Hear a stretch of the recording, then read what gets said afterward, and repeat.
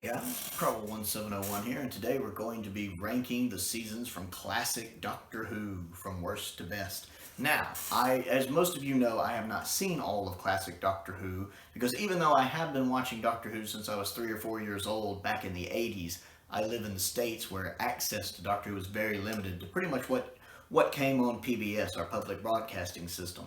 So I didn't get access to a lot of the stories growing up. So there's still a good bit of, well, I won't say a good bit of the first Doctor I haven't seen, but there's still some classic Doctor Who I haven't seen. So only seasons I've seen at least half of will be included on the list. And I will make sure I mention which ones those are. Which means seasons 1, 2, and 3, all of Hartnell will not be on the list because for some reason a lot of Hartnell just wasn't in rotation on PBS when I was growing up. Season 11 will also not be on the list because I've only seen Death to the Daleks and Planet of the Spiders. I haven't seen the other 3 stories, so that one will not be on the list. The other 22 seasons will be on the list. Starting at the bottom with season 23, the Trial of a Time Lord season. This season, the trial scenes keep breaking up the action, which kind of bothers me. Every time I'm starting to get invested in the story, we're right back to the trial stuff, and I don't really like the trial stuff. I think the idea was bad. Plus, Colin Baker as the Doctor here, he's a very theatrical actor, and it comes across as very over the top at times. How his voice booms and the expressions on his face. I don't feel like I'm watching a character. I feel like I'm watching an actor playing a character oftentimes. Now, I really do like The Mysterious Planet. I've talked before about how much I like that story. I like the incidental music. I like how the relationship between the Doctor and Perry has softened and developed. I like Terror of the Vervoids, aside from the awful design choices with the characters. Especially the trialless version that's on the box set. I like the trialless version of Terror a lot more. I enjoy Ultimate Foe, especially when you realize kind of what everything that went on behind the scenes with that story and just kind of the conditions that Pip and Jane Baker had to work under to finish it. I think it came out better than it could have. Really, the only one I don't like is Mind Warp. And I love the fact it has Brian Blessed in it. I like the fact Seal's back in it, but just overall, I don't like Mind Warp as a story. And it's one of the things that really pulls the season down to me. Next on the list is season 22. I've only seen about half of this season, so that's part of it. And I haven't watched the rest of it in a long time. That's the main reason I think it's so low. I've seen Revelation of the Daleks, it's good. I've seen Vengeance, it's good, my favorite Colin Baker story. And I've also seen Two Doctors, which is eh. I haven't seen the others, I think, right off. I need to see more of that one, but even those I haven't seen in a while, so that's the reason why that one's so low. Which is weird. When I was ranking the eras, the Davison era ranked higher. Lower than the Colin Baker era. But again, my lists are fluid, so that kind of stuff changes on a daily basis. Ask me a week from now, this list will probably be different. Next up is season 21. I'm just not a big fan of Davison's era. Overall, it has some good stories, but Davison's Doctor is just very unmemorable to me. I loved him as a kid because I had blonde hair that parted the same way, so I really saw myself in his Doctor. But as an adult, I just don't really identify with him. I like some of the episodes, like Caves of Androzani is great, Revelations of the Daleks is great. But then you have Twin Dilemma, which is not so good. You have Warrior's Gate, which is not so good. And then I haven't seen all of the stories that season. Just going off those, at least right now, that's just where it fits on my list. Season 20 is the next one. Again, not the biggest Davison fan. I like Arc of Infinity personally, but a part of that could just be the fact that it is one of the stories I remember seeing as a child in the 80s. I distinctly remember that one, and I liked it as a kid. I couldn't figure out why Peter Davison was running around playing two different people at one point. I was really confused about that. But I really liked the story. I love the Five Doctors. I consider that part of season 20. I really enjoy the Five Doctors. One of the best multi-Doctor stories. I enjoy the Black Guardian trilogy, but it's mostly Enlightenment. Maldron Undead is kind of eh. Terminus is very forgettable, but it's okay. I really like Enlightenment, especially the special edition. But again, just some of the reasons. Again, this is a very subjective list. Let me make that point clear. I'm not doing this objectively based on stories. I'm doing it subjectively based on how much enjoyment I get from the stories. And a lot of times this is affected by which Doctor's there. The seasons that have a Doctor I like are probably going to be higher because it has a Doctor I like than seasons that have a Doctor I'm just kind of, they're kind of in my middle on the list or lower tier on the list. And Davison's kind of lower tier on my list, so his seasons tend to rank lower, even though he has some good episodes. The next one on the list is going to be a bit controversial. Season 25. Season 25 is actually my least favorite McCoy season, even though that version of his Doctor is good, because it's kind of the balance between the 24 and the 26 versions of his Doctors. It's a good little mix there.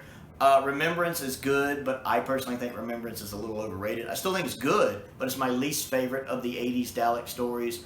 I don't like... my mind went blank on what I was about to say. The little girl in it I don't like. I hate that little piece of children's music that plays whenever she's like walking around. It's just really annoying. Some of the incidental music I don't care for at all on that one. But the story is good. It's just a little overrated, but I like it. Silver Nemesis I like. I think it's a little underrated, even if it is an inferior version of Remembrance. It's like we get two of the same story right there in a row. Happiness Patrol I haven't seen. It's the only McCoy story I haven't seen. So when I see it, my opinion of the season may go up some, but I haven't seen it. And I'm going to be honest, Greatest Show in the Galaxy, I don't like it. I've seen it. Don't care for it. Think it's silly, honestly. Especially the little gods at the end and McCoy just acting like a goofball. I don't care for it. Although the guy playing the head clown is good, but I don't like Greatest Show in the Galaxy. It's probably the most overrated McCoy story to me. So that's where I fall on that one. Next on the list is Season 19. Now, I do like Season 19. I think it's Davison's best season by a country mile. I love Castrovalva. It's my favorite Davison story. I really enjoy Four to Doomsday. I even like Time Flight. It's not great, but I can enjoy it.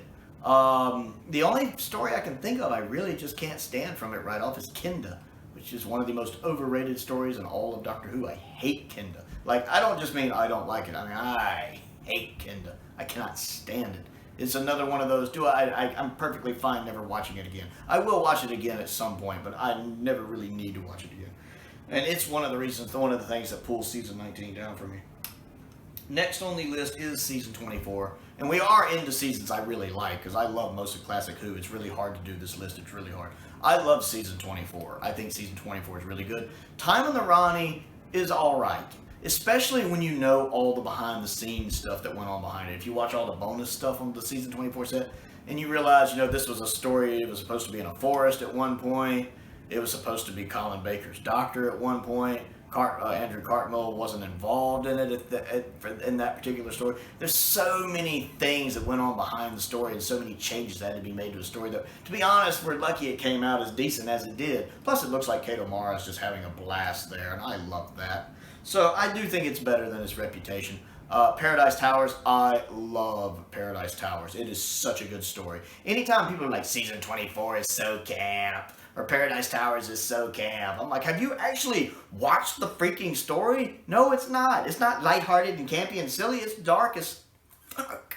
I mean, Season 24 has that kind of overlit, vibrant colors, camp look to it. But, I think anyone who looks at Paradise Towers and thinks it's a campy, silly story doesn't freaking understand Paradise Towers. Paradise Towers is dark. We're talking Hinchcliffe level dark. If you look beyond the visuals, like read like a Target novel version of it or something and picture it in your head. It's Hinchcliffe era darkness there in that story. Anyone who thinks otherwise has not really paid attention to the story. And then you have Delta and the Bannerman, which is... It's okay. I don't think it's good necessarily. I don't think it's bad. It's just okay. It's one of those, again, like Terminus. You watch it once every 5 to 10 years. It has a couple moments I didn't expect, like when the busload of people get killed. Did not see that coming. I was like, oh, wow. Is he going to somehow save them? Nope, they're gone. Whoa. And then, of course, Dragonfire. And I've talked a million times about how much I love Dragonfire. Great introduction for Ace. It's nice to have Glitz back. I really like Glitz. McCoy is fine in it when he's not slipping around all over the place. And aside from the goofy cliffhanger, it's a really good story. I really like Dragonfire a lot. So I really enjoy Season 24. Next on the list is Season 5. And a lot of people are going to be mad at that. But Season 5 is my least favorite Troughton season because most of the stories in it I think are overrated. I like Tomb of the Cybermen. It's great. A little overrated. I like Enemy of the World. It's great. A little overrated. I really like Web of Fear. It's great. Little overrated. Fury from the Deep, good story, crappy animation, kind of ruins it for me. Ice Warriors, not really that good. Ice Warriors is very meh. Ice Warriors is my least favorite Ice Warriors story that I've seen. I can put it that way. But pretty much and I haven't seen Abominable Snowman, I haven't seen Will in Space. But all of these stories people rave about, Tomb of the Cybermen, Enemy of the World Now, Web of Fear, I all think are a little overrated. I still think they're great, but there's just other Troughton stories in other seasons I like better. So that's why it ranks this low. Next on the list is Season 9, getting into Pertwee. I like Season 9, I just haven't seen all of Season 9. I love Day of the Daleks, but the definitive version is the special edition. The regular version is fine. It's a good story that's not executed as well as I like. The special edition fixes that perfectly. Of all the stories that have gotten special edition treatment, this is the one that benefits the most for it. It made me love Day of the Daleks. Curse of Peladon, I really enjoy. Really great story. I really love the Sea Devils as well. Great story. The Mutants I haven't seen, although I'm pretty sure I tried to watch it once because I saw a snapshot from it. I'm like, I've seen a little of that. I think I tried to watch the Mutants and didn't finish it. Now, the Time Monster 2, I have tried to watch. I know specifically I tried to watch that, and I only got through the first episode or two, and maybe I was just watching too much Who at the time. I burned out and couldn't finish it, and that's the reason why it's so low on the list this season. Next on the list is Season 8. Once again, people are grabbing their torches. Let me explain why. I love Terror of the Autons. I love Terror of the Autons. It's my favorite portrayal of Roger Delgado as the Master. I love the way he plays the Master here, and it's such a good story. And then Mind of Evil, my favorite story from the season. I really love Mind of Evil, and again, Delgado just nails it here.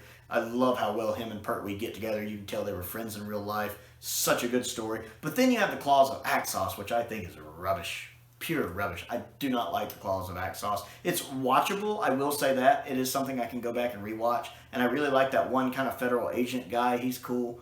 But I don't really like the story. And then we have Colony in Space, which I think is probably the most underrated Pertwee story. I really enjoy Colony in Space much more than I think a lot of the fandom does. I think it fills out its 6 parts really well. And I love the fact that a lot of stuff doesn't really pick up and happen until halfway through it, which I like. And then that brings me to the Daemons, which I think is the Pertwee era's most overrated story.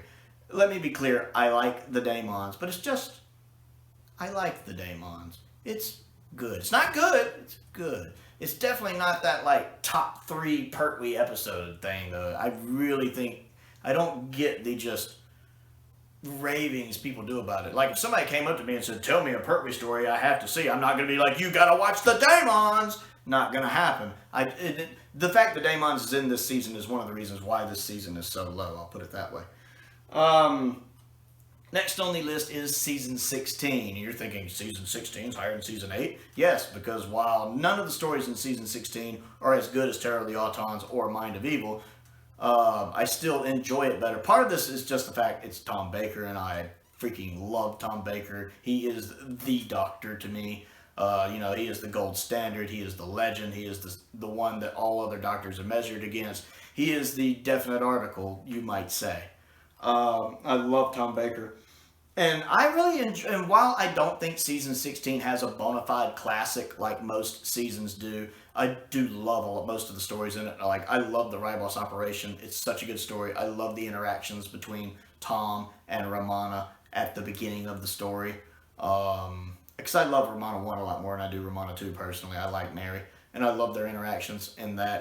And it's a good story. The Pirate Planet, I also really love. Douglas Adams' humor is just all throughout the script, and I love his form of humor. So that's a fun one for me. Stones of Blood, I like. I have some issues with it, but I really enjoy it. The Robots of Terra, or the whatever they call it, Androids of Terra, that one is a mixed bag for me. It's weird, because the first time I watched it, I really enjoyed it. The second time I watched it, I didn't really care much for it. So I'm going to have to watch it again and see what I think. Of course, then we have The Power of Krull, which is the only Tom Baker story I just flat out hate. I cannot stand The Power of Krull. It's the only Tom Baker story I never want to see again. Despite being a Robert Holmes script, and despite being a decent script. It's not a bad script. Bob Holmes is still turned in a decent script. It's just the execution is so bad. Made by the same guy who made Underworld. Execution terrible. And then we have the Armageddon Factor, which I think is a very underrated finale. Probably Tom's most underrated finale. I think it's really good. It's not like Talon's great, but it's good. And then moving up, another one we have season 6. I really like season 6 a lot. I've never seen the Dominators of the Mind Robber, but I love the War Games. I love the Invasion. It has such a good human villain in it. The Cybermen don't even show up till halfway through.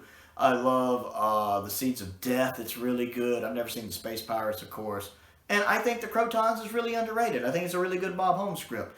And I love the fact that most of this season is intact, so we actually get to see surviving footage of Troughton. You know, we actually get to see a lot of his mannerisms and facial expressions, so it's nice being able to see not just recreations of Troughton, but actual Troughton stories, which I really, really like. Season 6 is such a good season. Next on the list is season 17, and of course one of the reasons it's so high is City of Death, which is my favorite Doctor Who story of all time. I love City of Death. It's just perfect. My favorite scene in all of Doctor Who is in this episode. I love the sense of humor. It also has Shada on it. I love Shada a lot. Now, I haven't seen Nightmare on Eden and Creature from the Pit, so when I do see them, my opinion of it might drop slightly. And then even Destiny of the Daleks is not a bad story. It's very mediocre. It's the most mediocre Dalek story ever. But it's not bad. It's not good. It's not bad. And it has some moments in it I really enjoy. Much like Peter Capaldi, Tom Baker is really good at elevating mediocre stories and making them a little better just by his presence alone. Next on the list is season 18, which is quite possibly the most underrated season in all of Doctor Who. I love season 18. It is a very unique season. There's no other season like season 18. It's very much its own thing. The only bad story in it, I think, is The Leisure Hive. I don't really like that one. I think Meglos is great. I think it's very underrated. I think it's the only Doctor Who story where it makes sense for the actor who plays the Doctor to also be playing somebody else, because that other person is impersonating the Doctor. You know, it's not just a crazy coincidence like in The Massacre or an Enemy of the World. It actually serves an important part of the plot, and I really appreciate that. If anything, I wish Meglos was an episode or two longer, because it resolves a little too quickly. And then we have the E-Space trilogy. I think Full Circle is good. I love State of Decay. I've talked before about how most seasons of Doctor Who, almost every season of Doctor Who has at least one masterpiece in them. And for this season, it's State of Decay. State of Decay is a masterpiece. It's written by Terrence Dicks, and it measures up to that legacy. It lives up to that Terrence Dicks legacy. It's such a good story. I love State of Decay. And then we have Warrior's Gate, which is a great story. It's a very original idea that's executed really well. I love the effects they use in Warrior's Gate. It's such a good story. Much like this season, which is a very original idea and executed very well. And then you have Keeper of Trolkin, which I really enjoy. I think Keeper of Trolkin is a really good story. It's my favorite performance by Anthony Ainley in Doctor Who. I love him playing Tremas. He plays him as such a noble and good character. It makes it all the more heartbreaking when he gets taken over by the Master and basically ceases to exist. And then Logopolis is good. It's a nice send-off for the Fourth Doctor. It's not the best regeneration story, but it's good. Doesn't quite live up to a lot of the season, but I still think it's good.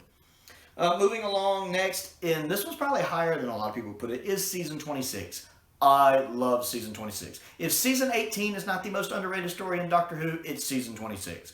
I love season 26. And I think a lot of hardcore fans, like a lot of people who watch my channel, big classic fans, also really appreciate season 26. But I think the more casual fans, or the people who mostly watch the new series, who kind of label all of the McCoy era as crap for some dumb reason, because they think all of the McCoy era is Time of the Ronnie, they are really missing out with season 26. Season 26 only has 4 stories, but they're all phenomenal. The only complaint I really have is that the incidental music for Battlefield is crap, and then some of the choreographed fighting's not too great. But Battlefield's a great story, Gene Marsh is great, and it probably has the most underrated Doctor speech ever in it, with McCoy's speech at the end, which I've done a whole video on because I love it. And then you have Ghostlight, which I love Ghostlight. Ghostlight is Doctor Who being Doctor Who.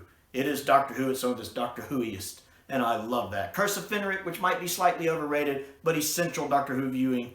It really is the 7th Doctor in his true chess master form. He's so good here. And Survival, which is a great way to end the series. It's great seeing a companion's kind of home and where they grew up, and seeing some of Ace's friend in her hometown. It really is kind of a template for what we would get with Rose in the modern series, and I really appreciate that. Season 26, if you haven't seen it, go watch it. One of the best seasons in the show's history. Next on the list is season 15, my favorite Williams era season. I do think season 15 has the weakest Tom Baker series finale with Invasion of Time, because I just think the budget ran out. The villains he's fighting in the first couple episodes that look just like weird tingle thing. You can tell the money was gone. The scenes that are inside the TARDIS, which don't look like they're inside the TARDIS, you can tell the money's gone. The story is fine. They really should have just trimmed it down into 4 episodes. It would have made a great 4-parter. As it is as a 6-parter, it feels pulled. It feels too drawn out. Leela's departure is very badly handled, and the budget is gone. But in season 15, we have Horror of Fang Rock, one of the best post-Hinchcliffe stories Tom Baker did, period. One of the best Tom Baker stories, period, honestly. I love Horror of Fang Rock. It's so well done. It has the Sunmakers. I love the Sunmakers. One of the best non-horror Tom Baker stories. I really enjoy it. Again, a great Robert Holmes script and a great piece of satire, if anyone today still knows what that is. Image of the Fendal is good. I don't think it quite pulls it off, but it's still really good. It's not quite masterpiece level, but good. And then I find Underworld underrated, although I do need to watch it again. I've only seen it once, but I think it's underrated. Some of the model work in it's really good. I haven't seen Invisible Enemy on my to-do list. Ooh, these long videos are hard. Next on the list is Season 4, my favorite Troughton series. I really like Season 4. Never seen The Smugglers. I like the 10th Planet, but it's really, I love the first 2 episodes of the 10th Planet. The 3rd episode suffers from, it's very obvious Hartnell's not there. And the 4th episode suffers from, the animation for it is really good, but the camera work doesn't jive with the live action episodes, and that's very jarring. So when you switch to that 4th episode and the camera work's totally different, very, very jarring. Power of the Daleks is amazing, which is really impressive when you consider it's animated. It's not live action, it's animated. It is one of the best post-regeneration stories. It is one of the best Dalek stories ever. When I ranked them, it was number 2 on my list, only behind Dalek.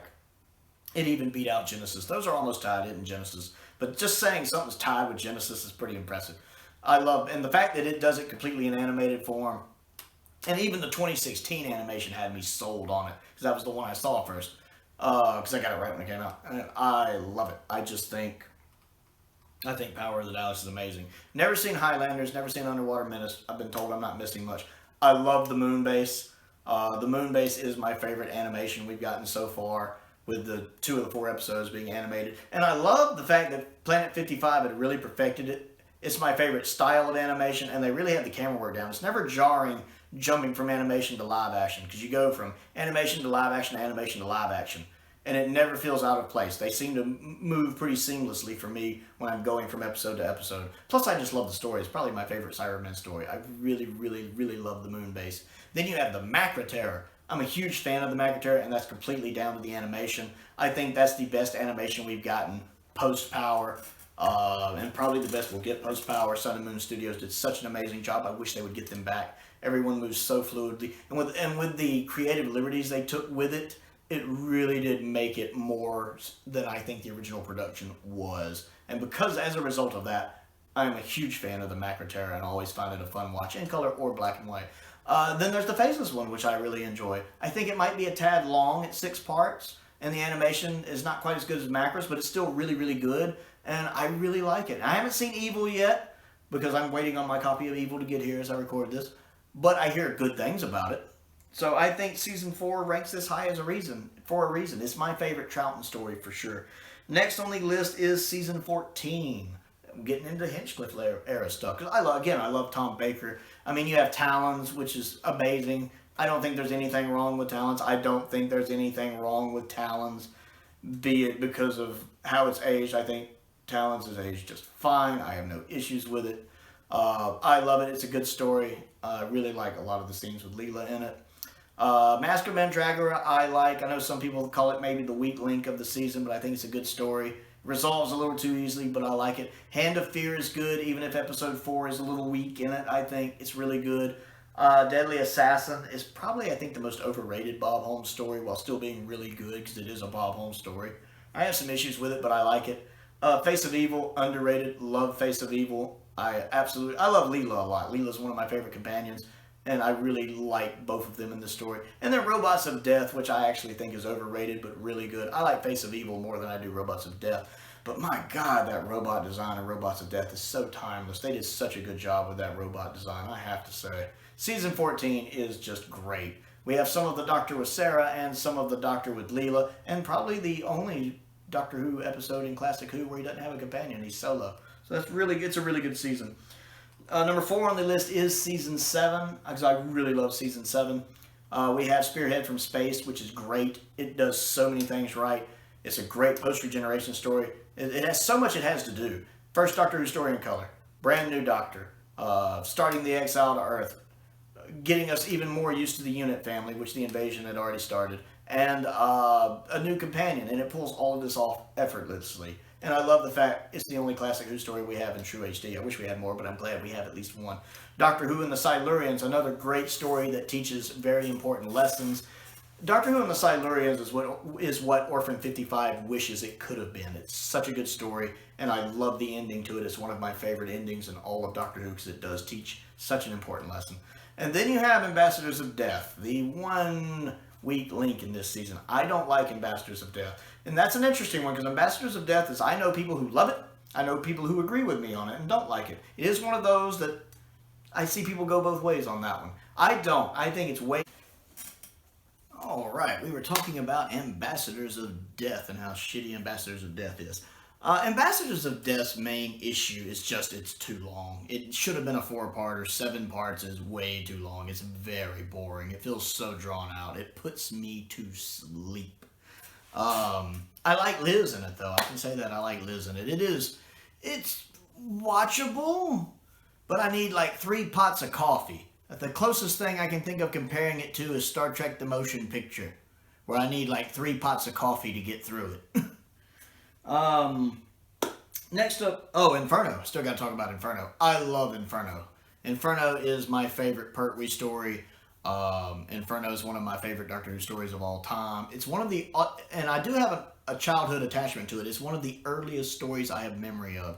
The earliest stories I know I ever saw, I'm pretty sure, are Ark in Space and Inferno. And they both hold very special places in my heart. And I love Inferno. It's so well paced, even at 7 parts. It never lags. It never drags. It has so many different ideas going on in it. And it pulls them off beautifully. It ties them all together beautifully. It's just great script writing. And I really like the effects in it too. Just everything going on in it fits together like a puzzle that got put together and it got put together properly. I absolutely love Inferno. Last time I watched it, I was just going to watch like 3 or 4 parts and come back and watch the rest later. I ended up watching the whole thing because once I start watching Inferno, I'm going to watch all of Inferno. It's so good. And really, really does a lot. It's almost a perfect season. I just don't like Ambassadors. Next on the list is Season 10. And the only reason Season 10 edges out Season 7 is because of Ambassadors of Death. I don't like Ambassadors of Death. But Season 10 is almost perfect. My least favorite story is Planet of the Daleks. But it's not a bad story. It's just kind of a story. I don't really get into it, but it's okay. It's definitely serviceable. I like Frontier in Space. I think that's a good one. Delgado's great in it. I love the Draconians. I think they're a really neat idea. And plus I love their makeup, the way they're done up. I love the 3 Doctors. It's my favorite multi-Doctor story and one of my favorite Doctor Who stories of all time. I just absolutely love it. And a lot of that is just down to how much I love the 2nd and 3rd Doctors interacting together. That is just gold. That scene when the 2nd Doctor first shows up in the TARDIS is one of my favorite scenes in all of Doctor Who. It's gold. And it's nice to see Benton and the Brigadier really involved in this episode and to get to see both of them go inside the TARDIS. It's just a really good story. I love Carnival of Monsters. I think it's an underrated episode. I think fans who are fans of Classic Who grew up with Classic who are big classic Doctor Who fans like I am, and a lot of people who watch my channel are, we know how good Carnival of Monsters is. It's phenomenal. But I think for people who are the more casual fans who associate more with the modern series, and I've only seen maybe bits and pieces of the classic series, if any, they really do not know just how good of a gem they're missing. You know, like the modern fans, they've seen Genesis, they've seen Caves, they've seen the multi-Doctor stories, they've seen some of the more famous ones that you hear people talk about, but they don't understand just how good Carnival of Monsters is, and I think it's one that gets overlooked by that audience, and it's a shame because it's such a good story. I absolutely love it. And then, of course, The Green Death is a legend for a reason. It's such a good story and one of the best companion exits I think we've ever gotten in Doctor Who. It's just such a strong season. It is my favorite Pertwee season. Number 2 on the list is season 13, and to be fair, this was if this was an objective list, I'd probably have it at number 1. It is probably objectively the best season of Doctor Who ever made, but it is my second favorite. Now, I talked before about how almost every season of Doctor Who has that one masterpiece in it, that one story that you can point at and go, that's the masterpiece of that season. In season 13 is pretty much every story except Android Invasion. What's the masterpiece in season 13? All of them but Android Invasion, which is still really good. Android Invasion is a good story. I didn't used to care for it as much, but I had a rewatch of it I had to do. My patrons voted on that one of which I think was a little too gleeful about it. But I did actually enjoy that watch through. It is a really good story. I liked it. But there's so many just stone cold classics in this season. Terror of the Zygons, which I might think is slightly overrated, but it is considered a masterpiece, rightfully so. You have Planet of Evil, which if there is any story in Series 13 that I would call underrated, is Planet of Evil. Because this one, I think it is a classic. I think it stands just as tall as the others in this season. It is such a good story. If you took Planet of Evil and plopped it in like any of the Williams era, it would be probably considered one of the best stories of the season.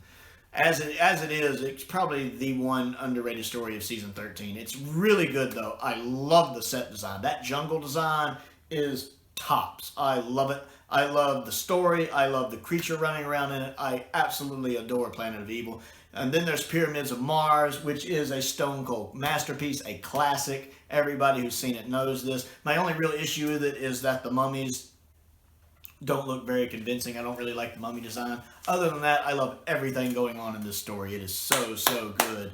And then we have The Brain of Morbius, another masterpiece. So good. I mean, we have Terrence Dicks and Bob Holmes doing a story together. Oh my God. It's like a Voltron of awesomeness. And it's such a good story. I absolutely love Morbius as a character and would love to see him come back as long as it's Russell writing him. I don't want Chibnall writing him, no.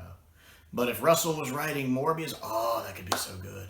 Love to see that. And then there's the Seeds of Doom, which is, I love the Seeds of Doom. It's another classic. It is a masterpiece. It deserves classic status. It is essential Doctor Who viewing. And I would easily say it's Tom Baker's best season finale, but then there's also Talons, and it's really hard to pick between Talons and Seeds of Doom because they're both just top tier Doctor Who. Doctor Who at its best. I love the Seeds of Doom. So it's just a phenomenal season. If you haven't seen season 13, you need to see season 13. There's a reason why we are waiting for that box set to come out. That's one as soon as it's announced, you better get your pre-order in for that bad boy. And then my personal favorite is season 12. And that is completely subjective, but I love season 12. One, I love Robot. It's my personal favorite post-regeneration story. It's just a really fun story I like. And even though the robot's not very convincing in it, for me that's part of its charm. I had an ex I dated. We watched this episode together and she really liked it. She was very fond of the robot as well.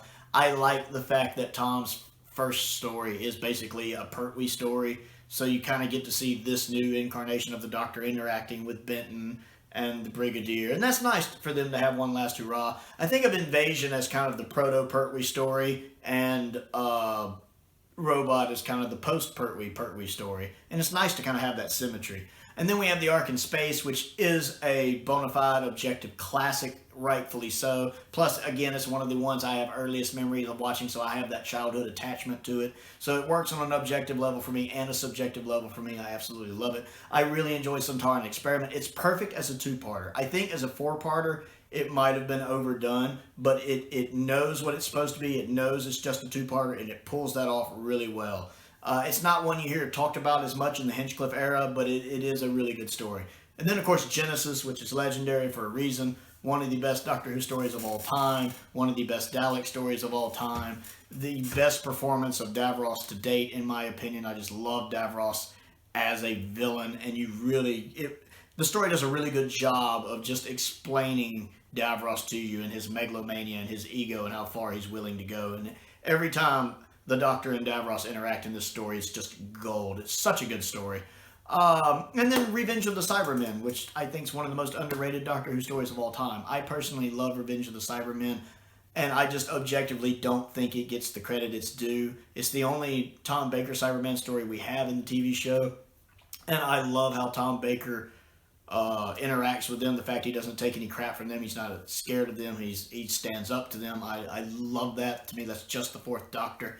And I hate the fact that Earthshock gets so much more credit when Earthshock steals so much of its story from Revenge of the Cybermen, because they had the same plot. They had the same plot. I feel like Earthshock just gets more credit because Adric dies in it, which was rare in the classic series to do that. Although, to be fair, Adric dying, I can see why some people like the episode. It is Adric after all.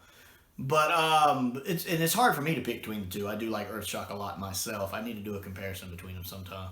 But I do think Revenge of the Cybermen is very underrated and actually a really, really good story. And the location work that they did in the caves is actually really, really good. I love the fact they did that location work in the caves. Really adds to the story. And I love the subplot with all the politics going on with the Vogons or whatever the race is called down on the planet. I really like the kind of B plot going on with all of their inner politics there. So it's a really good story on multiple levels. Very underrated.